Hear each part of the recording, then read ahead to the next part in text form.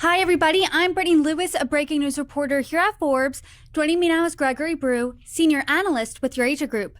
Gregory, thank you so much for joining me. Thanks for having me back, Brittany. We have seen a lot of developments coming out of the Middle East this week, and I would love for you to break them down for us.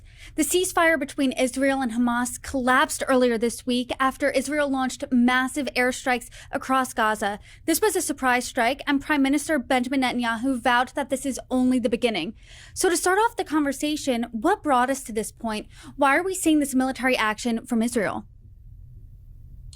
Well, there's a lot of nuance to this move. You're right that it came as a bit of a surprise, though I should note that the position of the Netanyahu government since the ceasefire began on January 19th was that a return to the war was the preferred option. That has been the position of this government, that Hamas still needed to be destroyed, that the hostages still needed to be released. And there has been consistent rhetoric, particularly from the far right members of this government, that returning to hostilities was preferable to signing some kind of deal with Hamas. But this did come as a surprise. The ceasefire has collapsed, the ceasefire that began on January 19th.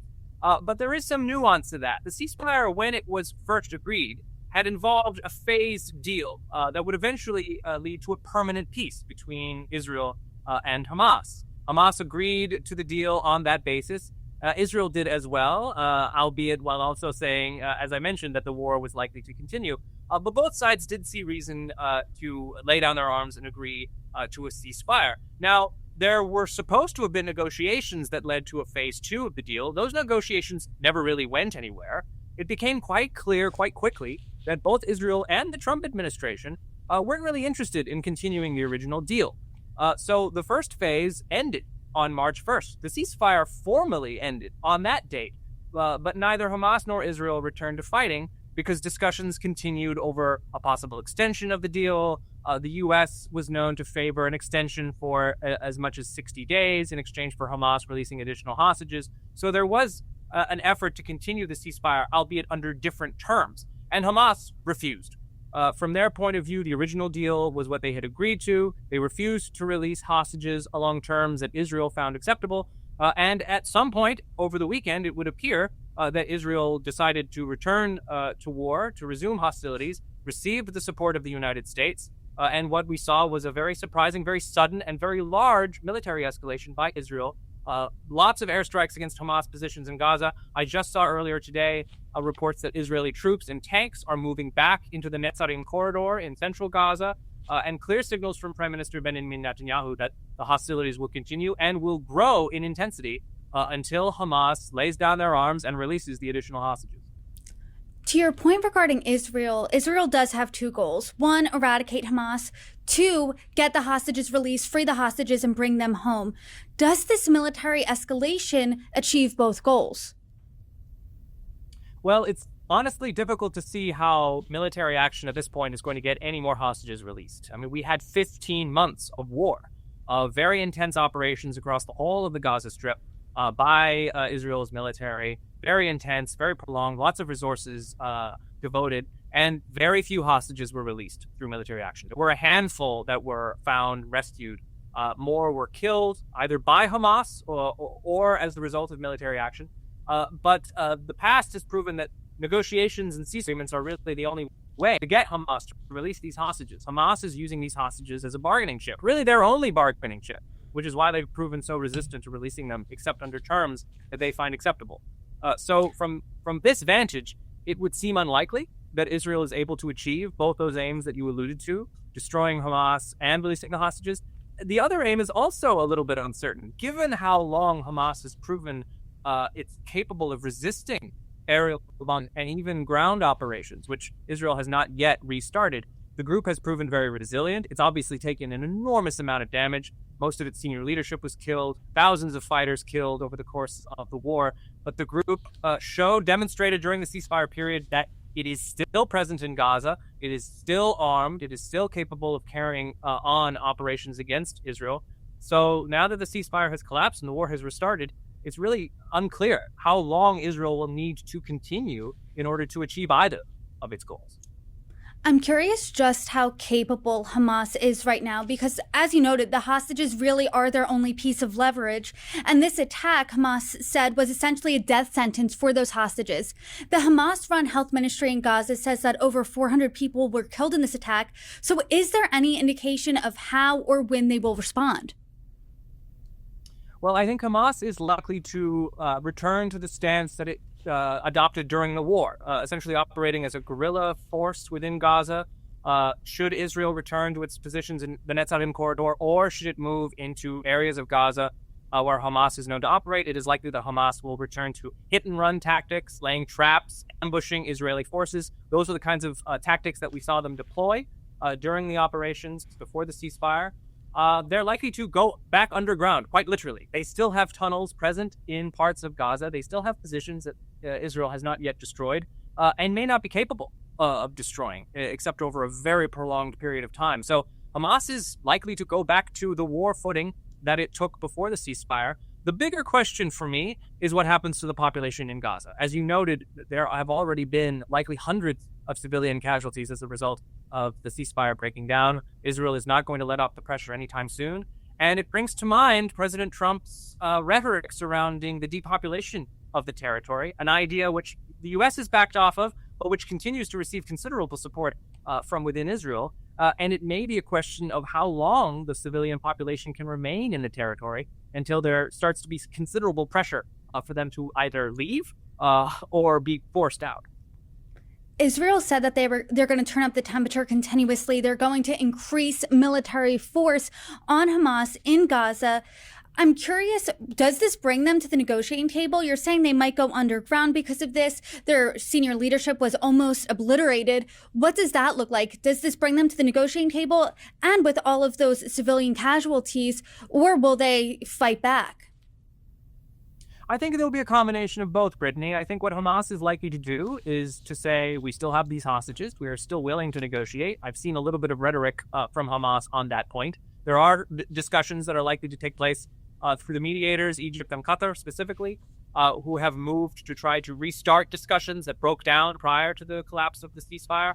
But I would expect Hamas to maintain the same position that it has for months, which is holding on to the hostages and only agreeing to release them in exchange for ceasefire on terms that they find acceptable. That involves the withdrawal of Israeli forces and the move towards a permanent ceasefire. Absent of those conditions, I would expect the group to continue fighting. They've proven they're able to do so. As you note, the leadership was wiped out. New leadership has taken the place of those leaders who were killed during the war. And as we know from history, insurgencies can be very durable. They can be long-lasting.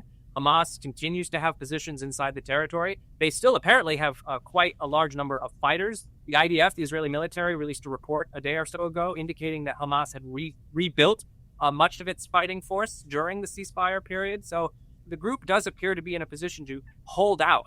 While significantly weakened, they do appear willing to continue the fight in Gaza for an indeterminate length of time. I'm curious about the United States' involvement and perspective here, because as you and I discussed, phase one of the ceasefire agreement was negotiated with the Biden administration and went into effect on President Biden's last day. But Trump administration, the special envoy Steve Witkoff was there too. So both presidents really took credit for that. Now we're seeing this strike. We're seeing the breakdown of ceasefire talks in phase two happening while President Trump is in the White House. National Security Council spokesperson Brian Hughes reportedly said this, quote, Hamas could have released hostages to extend the ceasefire, but instead chose refusal and war. Did the change of leadership in the White House impact Israel's decision to attack Gaza this week? I think so, Brittany, and I think it speaks to, yes, some elements of the original ceasefire deal that you and I discussed. As you noted, it was agreed to by the Biden administration and was originally a deal formed under the Biden administration. It was only reached through the intervention of Trump's envoy, Steve Witkoff, and Trump positioned himself to take credit for the deal. I think justifiably. I think Prime Minister Netanyahu yielded on some certain points once it became clear that Trump would be pushing on those points. But at the same time, there was a slight shift in rhetoric once it became clear that the United States wasn't really going to push on getting to phase two. There was a distancing from the plan. I think there were a few comments from Witkoff in particular suggesting that the original deal was a bad one and needed to be renegotiated. this sense that there really wasn't support for getting to phase two. And that's what we've seen over the last couple of weeks. Witkoff and others were pushing for a new arrangement, an extension of phase one, a deal where Hamas would release some hostages for a few more weeks of a ceasefire, but not a permanent ceasefire, since that was something that Israel would never agree to. So I do think that a return to hostilities was probably likely under Trump, given the fact that there wasn't going to be continued U.S. support for the original phased plan. But again, it also speaks to the complexities and obstacles that were going to be faced with any plan. It's simply the insurmountable obstacle here is Hamas. Nobody is willing to allow Hamas to remain in the territory. No one, not the United States, not Israel, none of the Arab states involved, wants to see Hamas stay there. But Hamas is not willing to go and can't be forced out. So a return to military action seemed like the most likely outcome here. I do think that it's imperative to note Israel returned to war with U.S. support and U.S. backing, but at the same time, the Trump administration has been relatively quiet about the breakdown in ceasefire. You can get the sense that the focus of the administration is elsewhere. It's on the negotiations between Russia and Ukraine. In the Middle East, it's on the new U.S. air campaign against the Houthis in Yemen. There's this sense that Israel is sort of being allowed to do what it wants with U.S. support. That's also something that various members of the administration had signaled in the past. So I think there is some sense that the U.S. is sort of distancing itself from this issue and maybe waiting for it to play out a little further. In the meantime, what we can expect is what we're seeing: intensified military action inside the territory, aerial bombardment, and a return to the fighting that was present before January 19th. From what you're saying, since Hamas can't be forced out, but no one really wants them there, it sounds like there's three options. There's continued fighting and Hamas lives on. How long, that remains a question. 2, Israel decimates Hamas with this increased military force. Or 3, Hamas returns to the negotiating table. Maybe there's a phase 2, a phase 3. From your vantage point right now, what seems like the route that's going to occur? I think the first is most likely, at least for the near term, right? We'll see more intense fight. We'll see continued military operations. There's a little bit, I should note, there's a little bit less domestic political room for Netanyahu to return to the kind of heavy fighting that was present before the ceasefire. He is under domestic political pressure on both sides. On the one hand, the far right, his far right supporters and the ministers in his cabinet wanted the war to return. They wanted a resumption of hostilities. They didn't want a continued ceasefire. And he's feeling pressure from that vantage. On the other hand, the domestic attitude inside Israel, what we've seen, there's a certain amount of war weariness. There's a certain amount of frustration with failures to get the hostages out. There's resistance from reservists to return to service. There's resistance to the kinds of operations that could produce large numbers of Israeli casualties, of military casualties. And the kind of fighting that was happening before January 19th was kind of this slog of counterinsurgency operations throughout the territory that was producing casualties and losses for Israel, but really wasn't yielding many results. So Netanyahu is under some pressure here and can't return to sort of the full-bore operations that were present before January 19th. That being said, I do think we can expect a gradual escalation and intensification in Israeli military operations.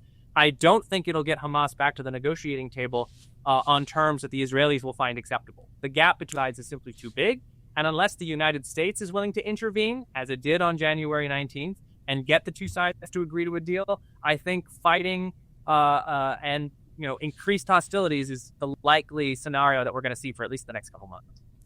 And that really sounds like the scenario we found ourselves in pre-January 19th, where we see increased military action from Israel's side, as well as Hamas just unwilling to go to that negotiating table to really find a compromise there. So you're the expert here. What specifically are you looking out for next? Well, I would be looking at U.S. action, right? The U.S. plays a very, very important role here because it can bring pressure to bear on Israel that really nobody else can. And we've seen Trump willing to use that pressure in the past. It's how they got the ceasefire deal on January 19th. So if the United States, if Trump himself or Witkoff becomes more involved in diplomacy behind the scenes, starts to exert a little bit of that pressure, that could bring about a breakthrough at the negotiating table that could bring Israel and Hamas back together. On the other hand, if Hamas does start to feel the weight of these operations, if it does buckle under the pressure and change some of its conditions in order to get the ceasefire back in place, that would be something worth watching. I don't think that's likely for the next couple weeks at least. They're going to try to hold out and maintain their position.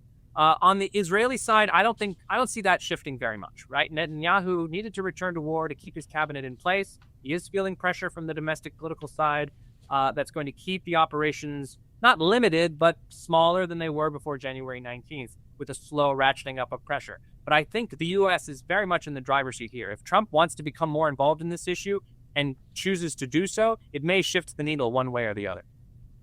Well, there's certainly a lot to look out for. And as there are further developments in this war, I hope you come back on and break them down with me. Gregory Brew, thank you again.